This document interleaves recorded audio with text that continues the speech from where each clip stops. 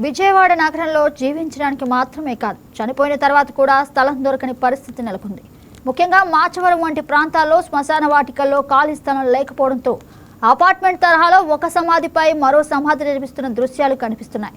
సాధారణ ప్రజలు తమ కుటుంబ సభ్యులకు సమాధి నిర్మించాలంటే 20,000 నుంచి ₹1,00,000 వరకు ఖర్చు చేయాల్సి వస్తుందని ఆవేదన వ్యక్తం చేస్తున్నారు. శ్మశాన కమిటీల పేరుతో కొందరు అక్రమంగా భారీ మొత్తాలు వసూలు చేస్తున్నారని ఆరోపణలు వినిపిస్తున్నాయి. మరణించిన వారికి కూడా గౌరవప్రదమైన అంత్యక్రియలు నిర్వహించేందుకు స్థలం సౌకర్యాలు లేకపోవడం నగరంలో శ్మశానాల నిర్వహణపై ప్రశ్నలు లేవనెత్తుతుంది. దీనిపై మరింత సమాచారం మా కరెస్పాండెంట్ బిందు అందిస్తారు.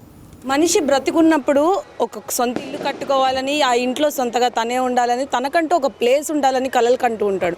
చనిపోయిన తర్వాత కూడా తనకంటూ ఒక సమాధి ఉండాలని కూడా ఇప్పటి నుండే మనిషి కలలకనే దుస్థితి వచ్చేసింది. ప్రస్తుతం మనం మాచవరం శ్మశాన వాటికలో ఉన్నాం. ఇక్కడ మాచవరం శ్మశాన వాటికలో సమాధులకి ప్లేస్ లేదు.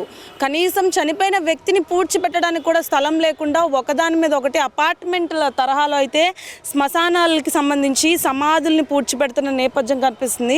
ఒక చనిపోయిన వ్యక్తికి కనీసం ఒక ప్లేస్ అంటే ఒక 6 అడుగుల జాగా కూడా ఇవ్వలేని పరిస్థితి కనిపిస్తుంది. చూసుకుంటే మనం ఒక సమాధి పక్కనే ఇంకోటి, దాని మీద ఇంకోటి, దాని మీద ఇంకోటి, ఒక అపార్ట్మెంట్ తరహాల్లో కూడా కడుతున్న పరిస్థితి కనిపిస్తుంది. ఒకవేళ ఎవరిదన్నా శవం కనుక వస్తే ఖచ్చితంగా వాళ్ళకి అక్కడే బయట నుంచోపెట్టి కూడా పరిస్థితి కనిపిస్తుంది. మనకు అక్కడ విజువల్స్లో చూసుకుంటే ఇక్కడ కింద ఉన్నది ఒక సమాధి, పైన ఉన్నది ఒక సమాధి, దానిపైన ఉన్నది ఇంకో సమాధి. అంటే ఒకదాని మీద ఒకటి కడుతూనే ఒక అపార్ట్మెంట్ తరహాలో కూడా సమాధులు కడుతున్న నేపథ్యం కనిపిస్తుంది. అసలు ప్రజలకి సరైన సమాధి కూడా లేకుండా కనిపిస్తుంది. బతికున్నప్పుడు ఎలాగో ఒక మనిషికి గౌరవం దక్కపోయినా కనీసం చనిపోయినా కూడా గౌరవం దక్కాలి అని కూడా అంటారు.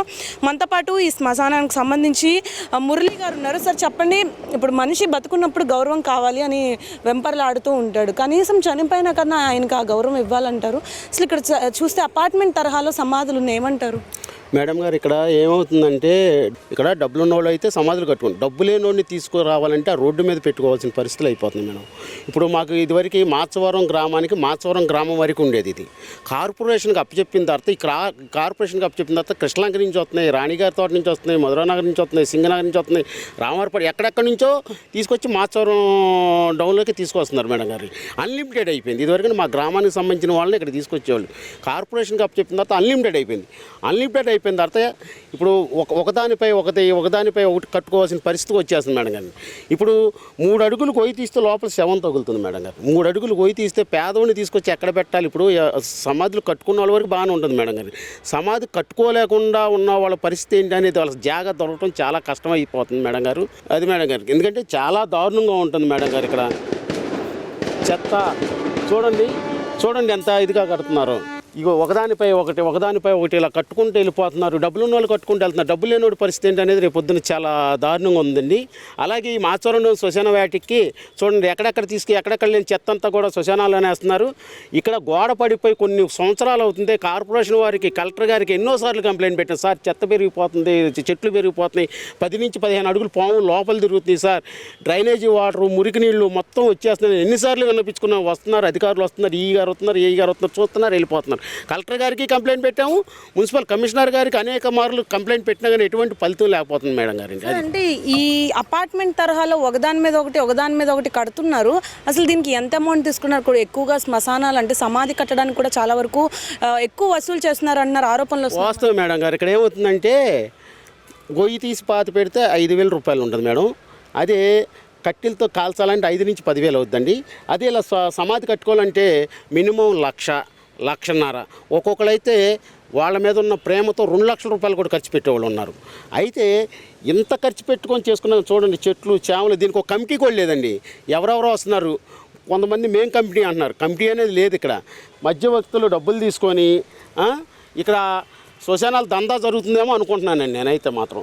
చూడండి అదిగోండి 2-3 చూడండి, ఒకే ఫ్యామిలీకి సంబంధించిన అలా కట్టుకుంటూ వెళ్ళిపోతారు. లేనివాడి పరిస్థితి. స్థానికంగా మేము మా పూర్వీకులు ఉన్నప్పుడు ఇది 7 ఎకరాలు ఉండేది. ఇది 7 ఎకరాలల్లో ఈరోజు ఎకరన్నర కూడా కనిపించలేదు మేడం గారండి. ఆకిపోయి కబ్జా చేశారు. ఆ చుట్టుపక్కల ఇల్లు మొత్తం రోడ్డు అంతా కూడా కబ్జా అయిపోయిందండి. కొంత BRTS రోడ్డుకి పోయింది మేడం గారు. అసలు ఇది కోర్టుకి వేసినా ఎక్కడికి వేసినా ఉన్నదే ఒక శ్మశానం. అన్నీ ఆల్రెడీ అయిపోయి ప్లేసులు లేక చాలా ఇబ్బంది అయిపోతుంది మేడం గారు. ఒక మనిషి 6 అడుగులు పొడవైన మనిషిని పాతి పెట్టి మళ్ళీ ఆ దాని మీద సమాధి కట్టాలంటే కనీస పరిస్థితి కూడా లేదనే చెప్పుకోవచ్చు. ఇంకా హిందూ ధర్మం ప్రకారం ఎవరైతే ఈ దహనాలు చేస్తారంటే శవాన్ని దహనం చేయడానికి కూడా ఇక్కడ ప్లేస్ అంటూ అట్లా మనకి ఏం కనపడట్లేదని చెప్పుకోవచ్చు. ఇది ఇక్కడ పరిస్థితి. వీడియో జర్నలిస్ట్ వంశిత బిందు, వైకే న్యూస్, విజయవాడ, మాచవరం శ్మశాన వాటిక నుంచి.